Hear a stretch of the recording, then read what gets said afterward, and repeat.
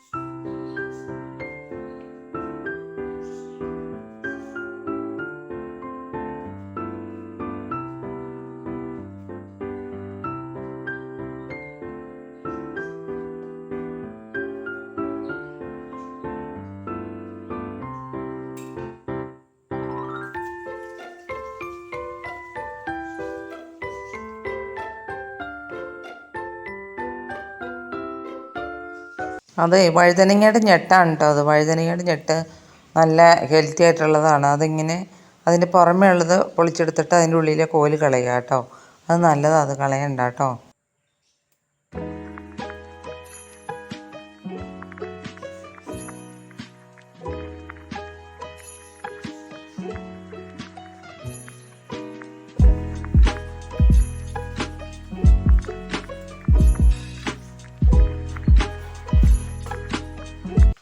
ഇതുപോലെ ഒരു അരിപ്പ പാത്രം വാങ്ങിച്ച് വയ്ക്കണം, നല്ലതാണ്. പച്ചക്കറി കഴുകുമ്പോൾ പയറും അതുപോലെ വഴുതനങ്ങ അങ്ങനെയുള്ളതൊക്കെ കഴുകുമ്പോഴേ ഇങ്ങനെ ഒഴിച്ച് കഴിഞ്ഞാൽ നമുക്ക് എളുപ്പമുണ്ട് നമുക്ക്. എന്നിട്ട് വഴുതനങ്ങയൊക്കെ അങ്ങനെ തന്നെ പിഴിഞ്ഞ് കളഞ്ഞിട്ട് വീണ്ടും കഴുകുക. ഇങ്ങനെ കഴുകി ഒഴിച്ച് കളയുമ്പോൾ പയറോ അങ്ങനെയുള്ള പച്ചക്കറി കഷ്ണങ്ങളൊക്കെ താഴെ വീണ് പോകും. അപ്പോൾ ഇതുപോലുള്ളൊരു കൊട്ടയിൽ ഒഴിക്കുകയാണെങ്കിൽ നല്ല എളുപ്പമാണ് കേട്ടോ കഴുകിയെടുക്കാൻ, സമയം കുറച്ച്.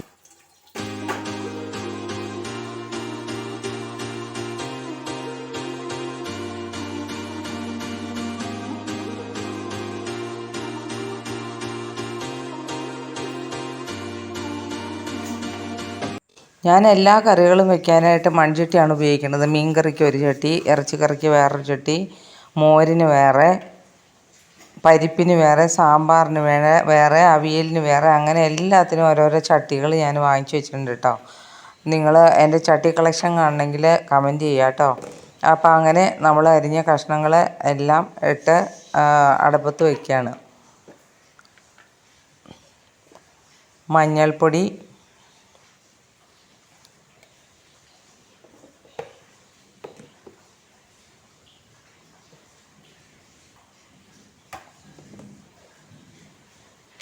മുളക് പൊടി, മുളക് പൊടി ഒത്തിരി ഇടരുത് കേട്ടോ, കാരണം പച്ചമുളകും കൂടി ഇടാനുള്ളതാണ്, അതുകൊണ്ട് എരിവ് കൂടുതലായി പോവും. പിന്നെ ഇങ്ങനത്തെ കറികൾക്ക് മീൻകറി പോലെ ഒത്തിരി എരിവായാൽ കൊള്ളില്ല കേട്ടോ. വലിയ കളറും വേണ്ട. കാശ്മീരി ചില്ലി ഇടാതിരിക്കുന്നതായിരിക്കും നല്ലത്. പിന്നെ കുറച്ച് മല്ലിപ്പൊടി ഇടുക.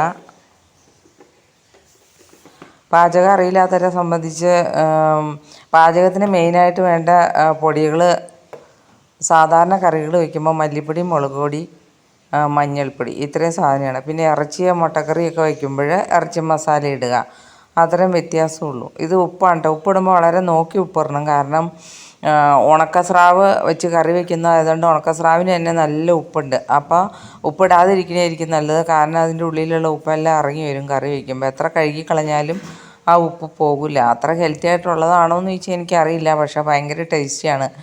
അങ്ങനെ കുറച്ച് വെള്ളം കൂടെ ഒഴിച്ച് അടപ്പത്ത് വയ്ക്കുക. അത് വേവുമ്പോൾ ഇനി നമുക്ക് തേങ്ങയൊക്കെ അരച്ച് ഒഴിക്കാം. അപ്പോൾ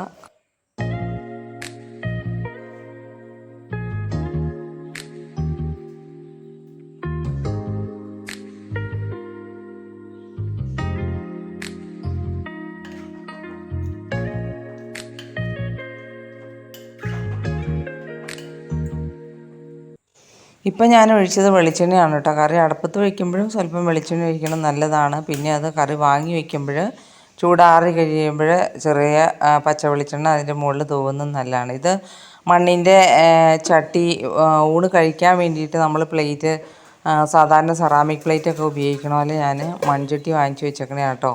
അപ്പോൾ അത് വയ്ക്കുകയാണെങ്കിൽ, അപ്പോൾ സമയമില്ലാത്ത സമയത്താണ് ഇപ്പോൾ കറി വയ്ക്കണത്. അപ്പോൾ ഒരു പ്രഷർ കുക്കറിൽ വർക്ക് ചെയ്യും നമ്മൾ. മൺചട്ടിയിൽ മണ്ണിൻ്റെ മൂടി വെച്ച് വയ്ക്കുമ്പോഴേ ടേസ്റ്റും ഉണ്ടാവും കൂടുതലും മറ്റേ പാത്രങ്ങളിലൊക്കെ ഉപയോഗിക്കുന്നതിനേക്കാളും. അപ്പോൾ നമുക്ക് നോക്കാം. ഇത് ഞാൻ പാത്രം കഴുകുന്ന മെഷീനിൽ വെക്കാൻ വേണ്ടിയിട്ട് ഇടിയപ്പം ഉണ്ടാക്കിയതിൻ്റെ പാത്രം വെറുതെ ഒന്ന് കഴുകിക്കളയുക, സോപ്പൊന്നും ഇടാതെ. അതിനകത്തുനിന്നുള്ള ഇടിയപ്പത്തിൻ്റെ ശിഷ്ട ഭാഗങ്ങളൊക്കെ അതിലിരിക്കുന്നത്, ഒട്ടിപ്പിടിച്ചിരിക്കണതൊക്കെ വെള്ളത്തിൽ കുതിർത്തിട്ടുണ്ടായിരുന്നു. അത് കളഞ്ഞിട്ട് കഴുകി നമുക്ക് നമ്മുടെ ഡിഷ് വാഷറിൽ എങ്ങനെ പാത്രങ്ങൾ അടുക്കി വെച്ച് കഴുകിയെടുക്കാമെന്ന് നോക്കാം കേട്ടോ. ഇത് നല്ല ഉപകാരപ്രദമായ ഒരു മെഷീനാണ് കേട്ടോ. നമ്മൾക്ക് ചിലർക്കൊക്കെ ഒരു പുച്ഛം തോന്നും, കാരണം ഇപ്പം പാത്രം കഴുകാൻ എന്തിനാ മെഷീൻ എന്നൊക്കെ തോന്നും. നമ്മൾ വാഷിംഗ് മെഷീൻ യൂസ് ചെയ്യാനുള്ള തുണി കഴുകാൻ എന്ന് പറഞ്ഞ പോലെ തന്നെയുള്ളൂ ഇത്.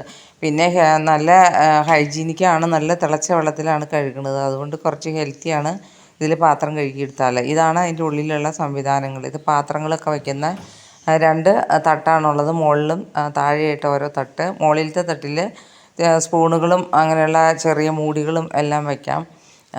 ഇത് അതിൻ്റെ ഉള്ളിൽ നമുക്ക് പാത്രങ്ങളൊക്കെ ഒന്ന് അടുക്കി വയ്ക്കാം. ഇപ്പോൾ ഞാൻ നോക്കണത് അതിനകത്ത് ലോഷൻ ഉണ്ടോ എന്നുള്ളതാണ് കേട്ടോ. അതിനകത്ത് ലോഷനൊക്കെ ഒഴിച്ച് നിറച്ചിട്ടേക്കുവാണ്. പിന്നെ അതിൻ്റെ വേറൊരു കള്ളിയിൽ സോൾട്ടും ഫില്ല് ചെയ്യണം. അപ്പോൾ ഞാൻ ഇനി ഇതെങ്ങനെയാണ് സോൾട്ട് ഫില്ല് ചെയ്യണതും ഇതിൻ്റെ പ്രവർത്തനങ്ങളൊക്കെ പിന്നീട് ഞാൻ വിശദീകരിച്ച് തരാം. നിങ്ങൾക്ക് ആവശ്യക്കാരൊന്ന് കമൻറ്റ് ചെയ്താൽ മതി. ഇതിൻ്റെ ഉപയോഗത്തെക്കുറിച്ചൊക്കെ ഞാൻ വിശദമായിട്ട് പിന്നീട് ഒരു വീഡിയോയിൽ കാണിക്കുന്നതായിരിക്കും. ഇതാണ് നമ്മൾ ഡിഷ് വാഷർ ഒഴിക്കുന്ന പൗച്ച്.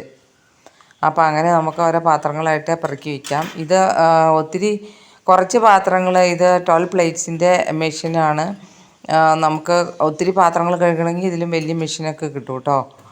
ഏത് കമ്പനിയുടെ ആണെങ്കിലും കിട്ടും. ഇത് വോൾട്ടാസിൻ്റെയാണ്. ഞാൻ ഓൺലൈനിൽ നിന്ന് വാങ്ങിച്ചതാണ് കേട്ടോ.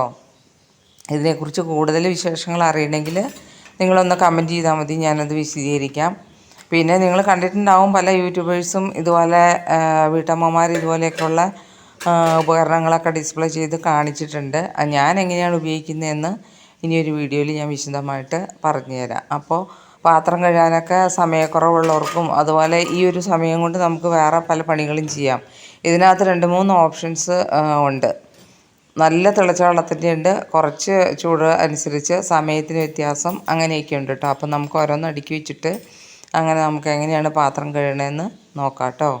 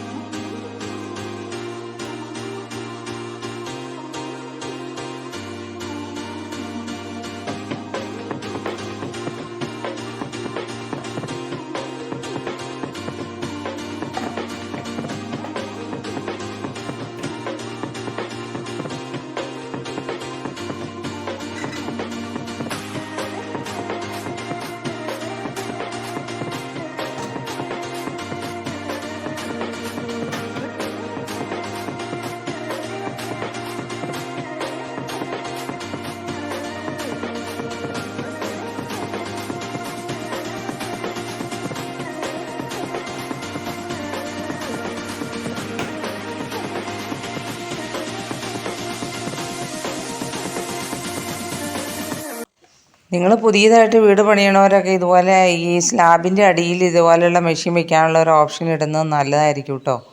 അപ്പോൾ നമുക്കതിൻ്റെ പ്ലഗൊക്കെ കുത്തിയിട്ട് അതൊന്ന് ഓൺ ചെയ്ത് നോക്കാം. കണ്ടില്ലേ, 3 മണിക്കൂർ 5 മിനിറ്റ്, 1 മണിക്കൂർ 30 മിനിറ്റ്, 1 മണിക്കൂർ പിന്നെ 35 മിനിറ്റ്, വെറും 35 മിനിറ്റ്. അങ്ങനെ ഏറ്റവും ചെറിയ സമയത്തിലാണ് ഞാനിത് മിക്കവാറും ഇടാറ്. ഒരുപാട് അഴുക്കുള്ള പാത്രങ്ങളൊക്കെ ആണെങ്കിൽ നമ്മൾ ഈ 3 മണിക്കൂറൊക്കെ ഇട്ട് കഴിഞ്ഞാൽ ശരിക്കും നല്ല തിളച്ച വെള്ളത്തിൽ നല്ല ഗ്ലാസ് പ്ലേറ്റ് ഇതെല്ലാം വെക്കാം കേട്ടോ. പിന്നെ ഒത്തിരി 3 മണിക്കൂറിൻ്റെലൊക്കെ ഇടുമ്പോൾ ചിലപ്പോൾ പ്ലാസ്റ്റിക്കിൻ്റെ പാത്രങ്ങൾ ഒത്തിരി അങ്ങനെ വെക്കരുത്. കാരണം അത് ഉരുകി പോകാനുള്ള ചാൻസ് ഉണ്ട്. ഞാൻ അരമണിക്കൂറിൻ്റെ ഇടുമ്പോഴാണ് പ്ലാസ്റ്റിക്കിൻ്റെയൊക്കെ വെക്കാറുള്ളൂ. പിന്നെ ഹീറ്റ് റെസിസ്റ്റബിൾ ആയിട്ടുള്ള കണ്ടെയ്നർ ആണെങ്കിലൊന്നും കുഴപ്പമില്ല കേട്ടോ. അങ്ങനെ നമ്മുടെ കറിയൊക്കെ തിളച്ച് വന്നു. ഞാൻ ഹൈ ഫ്ലെയിമിൽ തന്നെ ഇട്ട് പെട്ടെന്ന് കറി റെഡിയാക്കാൻ വേണ്ടിയിട്ട്. വഴുതനങ്ങ വേവാനൊന്നും അധികം സമയം വേണ്ടല്ലോ. അപ്പം നമുക്കിനി അടുത്ത പണി നോക്കാം. ഇനി തേങ്ങ അരച്ചൊഴിക്കാം. അതിനായിട്ട് ഫ്രിഡ്ജിൽ ഞാൻ 3 തേങ്ങ വെച്ച് ഞാൻ ആഴ്ചയിൽ 2 ദിവസം 3 തേങ്ങ വെച്ച് ചിരവി അത് ഫ്രിഡ്ജിലിങ്ങനെ സൂക്ഷിക്കും. ഫ്രീസറിൽ സൂക്ഷിക്കണം കേട്ടോ. നമ്മളപ്പോൾ പാത്രം ഉണങ്ങിയതായിക്കൊള്ളുന്നില്ല. തേങ്ങ ചിരവി ഇങ്ങനെ വെച്ചിട്ട് എടുക്കുമ്പോൾ നമ്മൾ സ്പൂൺ കൊണ്ടാട്ടോ എടുക്കാവുള്ളൂ. അല്ലെങ്കിൽ പെട്ടെന്ന് ചീത്തയായി പോവും. ഇത് എളുപ്പമുണ്ട് കേട്ടോ. ഇങ്ങനെ തേങ്ങ അരണ്ടി വെച്ച് കഴിഞ്ഞാൽ നമുക്ക് തേങ്ങ അരണ്ടാൻ എല്ലാ സ്ത്രീകളെ സംബന്ധിച്ചിട്ടും ഭയങ്കര സമയനഷ്ടമാണ്, മടിയുള്ളൊരു കാര്യമാണല്ലോ. അതിന് നമുക്കിപ്പോൾ ഈ തേങ്ങ അരണ്ടുന്ന മിക്സിയുടെ ഇതിൽ ആഡ് ചെയ്യാൻ പറ്റിയത് കിട്ടും കേട്ടോ. എൻ്റെ മിക്സി അതുപോലത്തെയാണ്. ഞാനത് തമിഴ്നാട്ടിൽ നിന്ന് ബുക്ക് ചെയ്ത് വരുത്തിച്ച ഒരു മിക്സിയാണ് കേട്ടോ.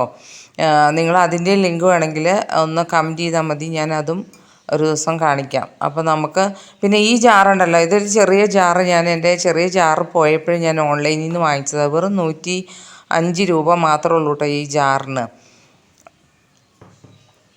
ഫ്ലിപ്കാർട്ടിൽ നിന്ന് വാങ്ങിച്ചത്. അത് ഭയങ്കര ലാഭമാട്ടെ. ഇപ്പോൾ ഒരു 6 മാസമായി ഞാനിത് വാങ്ങിച്ചിട്ട്. നമ്മൾ വില കൂടിയ ജാറൊക്കെ വാങ്ങിച്ചാലും ചിലപ്പോൾ അതിന് ലൈഫ് ഉണ്ടായിക്കൊള്ളുന്നില്ല. അപ്പോൾ നമുക്ക് പെട്ടെന്ന് ഒഴിക്കാം. അത് ഉപ്പുമാങ്ങ ഇട്ടേക്കണേ കേട്ടോ ബക്കറ്റിലിരിക്കണത്. മാങ്ങ ഇങ്ങനെ പുളി ഉപ്പിലിട്ടേക്കണേ. ഇനിയിപ്പോൾ മാങ്ങ പഴുക്കണ കാലമായല്ലോ. അപ്പോൾ ഇനിയിപ്പോൾ മാങ്ങ ഒന്നും കിട്ടില്ല അങ്ങനെ ഇടാനായിട്ട്. പിന്നെ തമിഴ്നാട്ടിൽ നിന്നൊക്കെ എല്ലാ കാലാവസ്ഥയിലും പച്ചമാങ്ങയൊക്കെ കിട്ടും നമുക്ക്. അപ്പം നമുക്കങ്ങനെ അപ്പോഴേ ഒരു കാര്യം മറന്നു, ഈ പച്ചമുളക് പറിച്ചുകൊണ്ട് നിറണ കാര്യം പറഞ്ഞു. അപ്പം നമുക്ക് അത് പറിക്കാനായിട്ട് പുറത്തേക്കൊന്ന് പോവാം. ഇത് കണ്ടില്ലേ, ആ പോണ വഴിക്കുള്ള കാഴ്ചകളാണ്. ഇത് ലവ് ബേഡ്സ് ആട്ടോ. ഒരു പച്ചയും മഞ്ഞയായിട്ട് 2 ലവ് ബേഡ്സിനെ കൊണ്ടുവന്നിട്ടതാണ്. ഇപ്പോൾ ഒത്തിരി പ്രാവശ്യം ലവ് ബേഡ്സിനെ വിറ്റു കേട്ടോ. 100 കണക്കിന് ലവ് ബേഡ്സ് എത്രയും പെട്ടെന്ന് ഉണ്ടാവും. ഇതുപോലെ നമ്മൾ കുടങ്ങൾ വെച്ച് കഴിഞ്ഞാൽ ആ കുടത്തിലൊക്കെ പെട്ടെന്ന് മുട്ടയൊക്കെ ഇട്ട് ഒത്തിരി കുഞ്ഞുങ്ങൾ വിരിയും കേട്ടോ. ഒത്തിരി ആയി കഴിയുമ്പോൾ ഞങ്ങളതിനെ കൊടുക്കും. പിന്നെയും ഉണ്ടായിക്കൊണ്ടിരിക്കും. പല കളറുകളും ഉണ്ടാവും കേട്ടോ. പിന്നെ ആദ്യമൊക്കെ ആയപ്പോൾ എന്തോ ആകാംക്ഷയായിരുന്നു ഒരു മുട്ടയിട്ടത് കാണാനും ഒക്കെ. പക്ഷേ ഇപ്പോൾ അത് കണ്ടിപ്പോൾ അതിനോടുള്ള ആ ഒരു ഇത് പോയി. എന്നാലും എല്ലാ ദിവസവും അവരുടെ കൂട് വൃത്തിയാക്കണം. പിന്നെ ഇപ്പോൾ ഈ കിളി ഇരിക്കണില്ലേ, അതുപോലത്തെ പാത്രത്തിൽ തീറ്റ വെച്ച് കൊടുത്താൽ പിന്നെ അത് ഒരാഴ്ച കഴിഞ്ഞ് പിന്നെ മാറ്റി കൊടുത്താൽ മതി. ഇത് കണ്ടില്ലേ എൻ്റെ കൂട്ടുകാരാ ഇതെല്ലാം. എന്താ ചോറിനാറായോ? കറി ആയിട്ടില്ല കേട്ടാ. കറി ഒന്നും വേണ്ടേ? ഉണ്ടോ ഗൈസ്?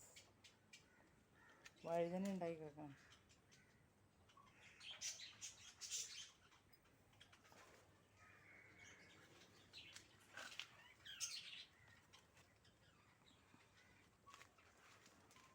ഇതുണ്ടോ വഴുതനങ്ങ?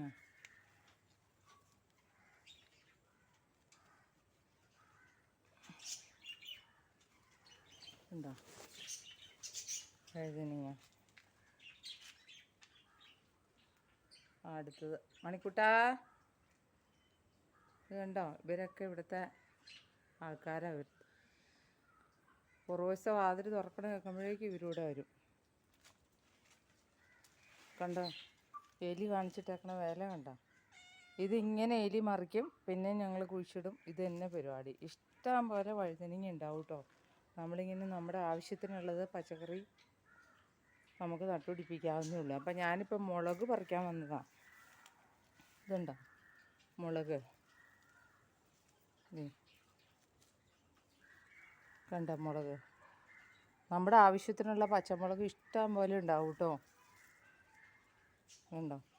ഇവിടെ ഒത്തിരി മുളകുണ്ടായിരുന്നു. ഈ മുളക് ചിലതൊക്കെ പോയി. എങ്ങനെയാണെന്ന് വെച്ചാൽ ഇവിടെ കഞ്ഞിവെള്ളം അതിൻ്റെ ചുവട്ടിൽ ഡയറക്റ്റായിട്ട് കൊണ്ടുവന്ന് ഒഴിച്ചു, വെള്ളം ഒഴിക്കാതെ.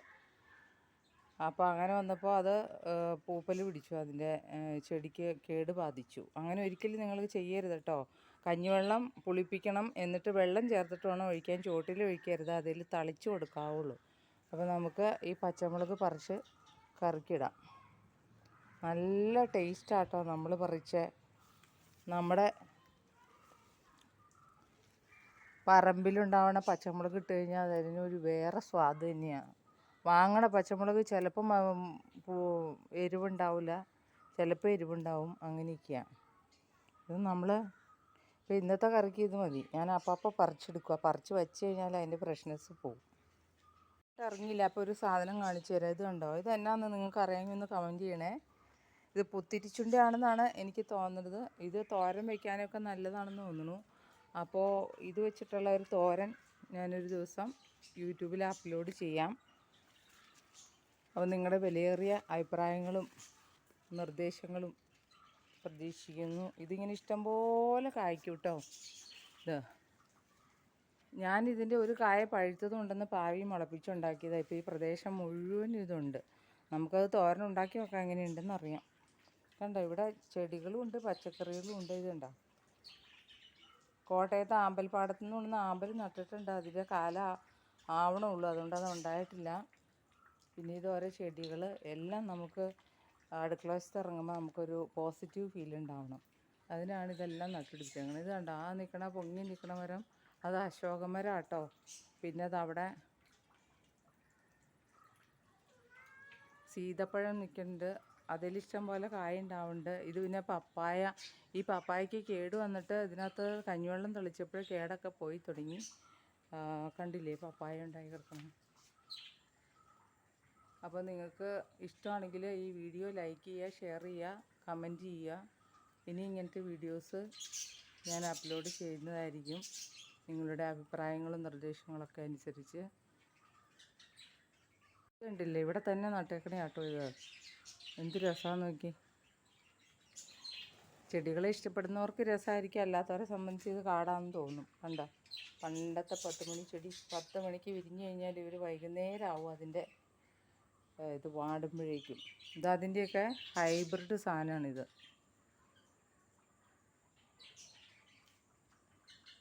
കണ്ടില്ലേ, കണ്ടോ.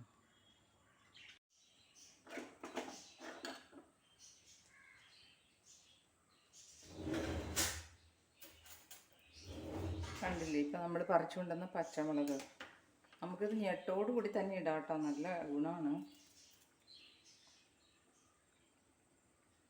ഞെട്ടൊന്നും കളയണമെന്നൊന്നുമില്ല. ഞാനിതിൽ കറിവേപ്പില ഇടൂല കേട്ടോ. ഈ കറിക്ക് കറിവേപ്പില ഇട്ടാൽ കൊള്ളില്ല കേട്ടോ.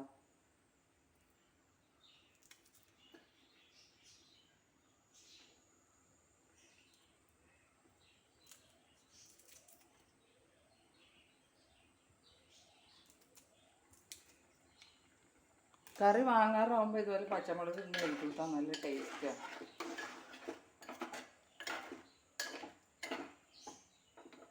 ഉപ്പ് അഡീഷണലായിട്ട് അധികം ഇടരുത് കേട്ടോ, കാരണം ഉണക്കമീൻ ആയതുകൊണ്ട് അതിന് ഉപ്പുണ്ടാവും.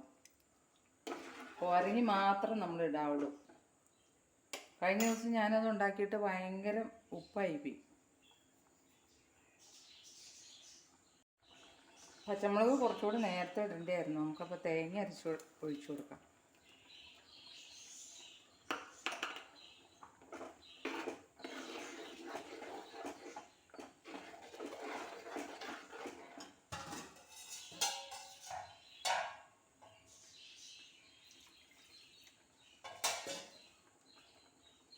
തിളപ്പിച്ചാറി വെള്ളം ഒഴിക്കുകയാണെങ്കിലേ നല്ലതായിരിക്കും. പച്ചവെള്ളം ഒഴിക്കണേക്കാളും ഭേദമാണ് ആ ജാറ് കഴുകി തിളപ്പിച്ചാറി വെള്ളം, ചെറു ചൂടുള്ള വെള്ളം ഒഴിക്കുകയാണെങ്കിൽ. അപ്പോൾ ഒന്നുകൂടെ നമുക്ക് ഉപ്പ് നോക്കാം.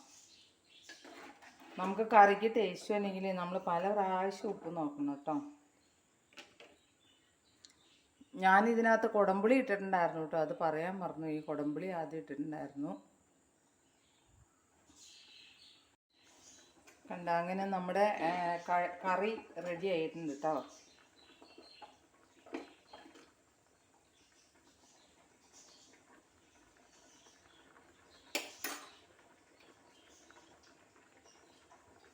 ഇതിലേക്ക് കുറച്ച് വെളിച്ചെണ്ണയും കൂടെ അത് വാങ്ങാറാകുമ്പോൾ ഒഴിച്ചാൽ നല്ലതാട്ടോ. ആറുമ്പോൾ ഒഴിക്കണതായിരിക്കും കൂടുതൽ നല്ലത്. എനിക്ക് ആറാൻ വേണ്ടി ഇരിക്കാനായിട്ട് സമയമില്ല, അതുകൊണ്ടാണ്.